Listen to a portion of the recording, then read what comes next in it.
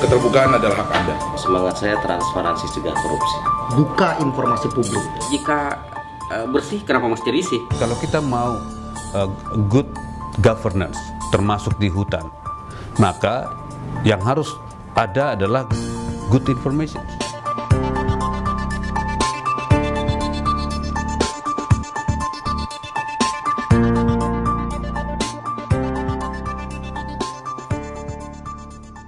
Hutan adalah salah satu sumber daya alam yang sulit diperbaharui. Maka sudah seharusnya hutan dikelola secara berkelanjutan agar dapat memberikan manfaat sebesar-besarnya bagi rakyat Indonesia. Seperti yang telah diamanatkan oleh Undang-Undang Dasar 1945.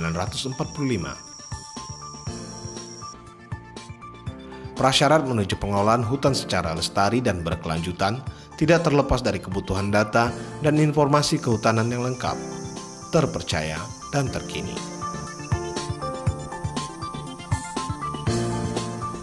Setelah kita reformasi tahun 1998, kita meyakini bahwa proses penyelenggaraan negara ini membutuhkan partisipasi yang lebih dari warga negara.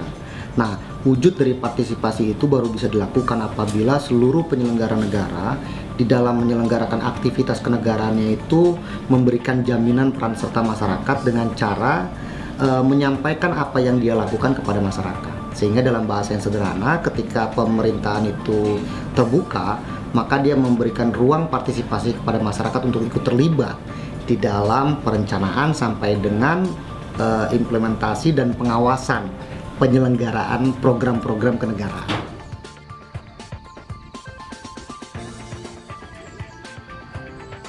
Hutan Indonesia ini sebenarnya aset negara yang sangat kaya. Kenapa? Karena kami di Forest Watch Indonesia mencatat bahwa ada hampir 70% daratan Indonesia itu kawasan hutan. Dan dari 70% itu sekitar 82 juta hektar kawasan hutan yang masih berhutan. Artinya masih dipenuhi oleh banyak vegetasi. Sesuai dengan amanat yang tertuang di dalam Undang-Undang Nomor 14 Tahun 2008 tentang keterbukaan informasi publik, maka hak publik untuk memperoleh dan mengakses seluruh informasi terutama dari aktivitas yang dibiayai oleh dana publik diperbolehkan sesuai dengan aturan yang berlaku. Informasi kehutanan merupakan salah satu informasi penting yang seharusnya terbuka untuk publik.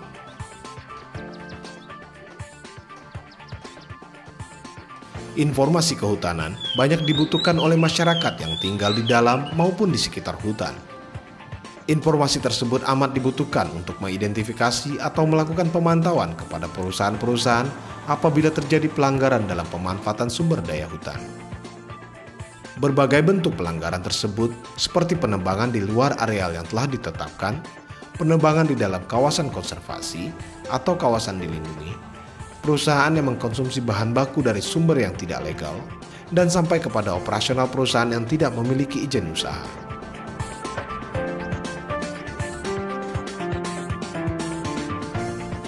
Kami memakai Undang-Undang Informasi Publik di Kalimantan Timur, khususnya di Samarinda, untuk mendapatkan informasi tentang industri pertambangan.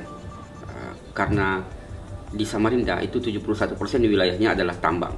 Setelah Komisi Informasi berhasil meyakinkan bahwa dokumen analisis mengenai dampak lingkungan itu adalah dokumen publik, Badan Lingkungan Hidup Kota Samarinda berjanji untuk memberikan dokumen-dokumen analisis dampak lingkungan pertambangan yang jumlahnya sekitar 63 dokumen. Tapi ternyata di kemudian hari Badan Lingkungan Hidup Kota Samarinda mengingkari hasil mediasi yang dilakukan di Komisi Informasi. Akhirnya kami meminta supaya Pengadilan Negeri untuk melakukan amaning teguran kepada Kepala Badan Lingkungan Hidup, dan Pengadilan Negeri Samarinda berhasil memaksa Badan Lingkungan Hidup Kota Samarinda untuk memberikan dokumen itu, dan dokumen itu sampai sekarang diangsur melalui jurusita pengadilan.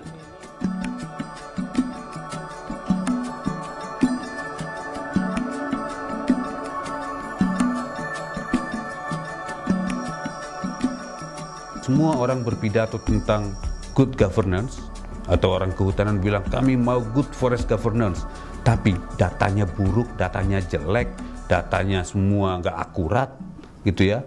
Katanya mau pemerintahan kehutanan yang baik. Nah, karena itu kalau kita mau pemerintahan atau pengelolaan hutan yang baik, yang pertama harus kita punya adalah informasi yang baik, informasi yang akurat, informasi yang dihasilkan dengan cara partisipatori, di mana masyarakat adat menjadi bagian dari proses pengumpulan, pengelolaan, dan distribusi dari informasi itu.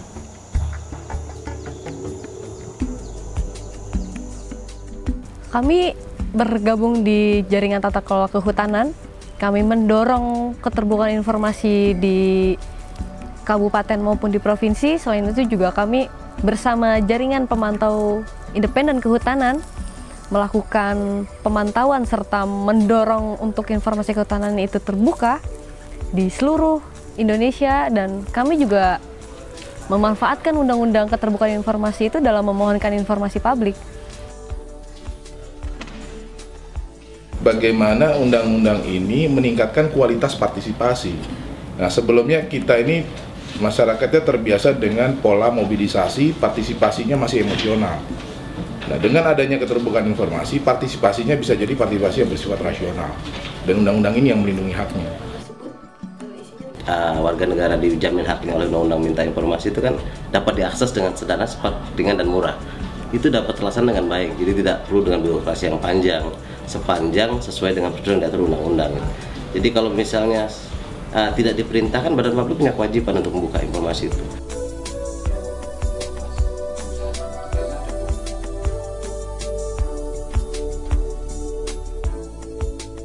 Bahwa badan-badan publik yang terkait dengan pengelolaan sumber daya alam sewajarnya, sewatutnya, dan sudah berdasarkan peraturan perundang-undangan, mereka memiliki kewajiban untuk melayani dan memberikan informasi publik yang seluas-luasnya kepada masyarakat.